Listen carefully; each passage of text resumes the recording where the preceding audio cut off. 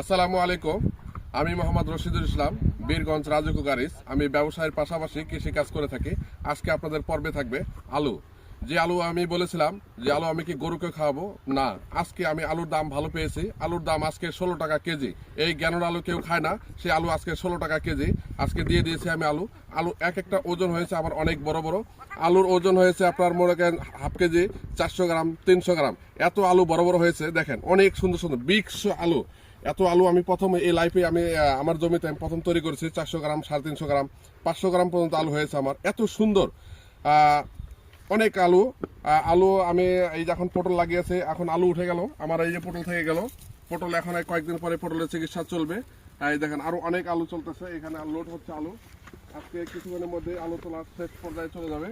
এই যে আলু দেখেন, একটা আলু দেখেন বিগ সাইজ, এক একটা আলু অসাধারণ। এক একটা আলু 400 গ্রাম, 450 গ্রাম, 350 গ্রাম, 300 গ্রাম সর্বনিম্ন।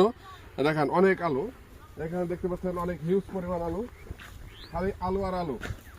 দেখেন এক একটা আলু, প্রতিটা বস্তায় বড় বড় আলু। সেই আলু যাক আলহামদুলিল্লাহ, আমি অনেক খুশি যে আলুটাকে আমি গরুকে খাওয়াতে চেয়েছিলাম, সেই গরুকে আর খাওয়াতে হলো না। আলহামদুলিল্লাহ অনেক ভালো। কৃষকের মুখে হাসি আসতেছে যে অনেক মানুষ ডিবোল্ডার এই 8 টাকা, 6 টাকা, 7 টাকা কেজি আলু বেছে বেছে তারা অনেক ক্ষয়ক্ষতি হয়েছে। যাক আলহামদুলিল্লাহ আমার তেমন কিছু ক্ষতি হয়নি, মাশাল্লাহ। অনেক ভালো লেগেছে 16 টাকা কেজি। যাই হোক, আমার ক্যাশটা উঠবে মোটামুটি আজকে। যাক ভালো লাগছে, আলুটা আজকে দিয়ে দিলাম আমি 16 টাকা কেজিতে। আগামীতে আরও একটু দাম বাড়তে পারে, বলা যাবে না। কাঁচামালের বাজার এই ভালো এই মন্দ।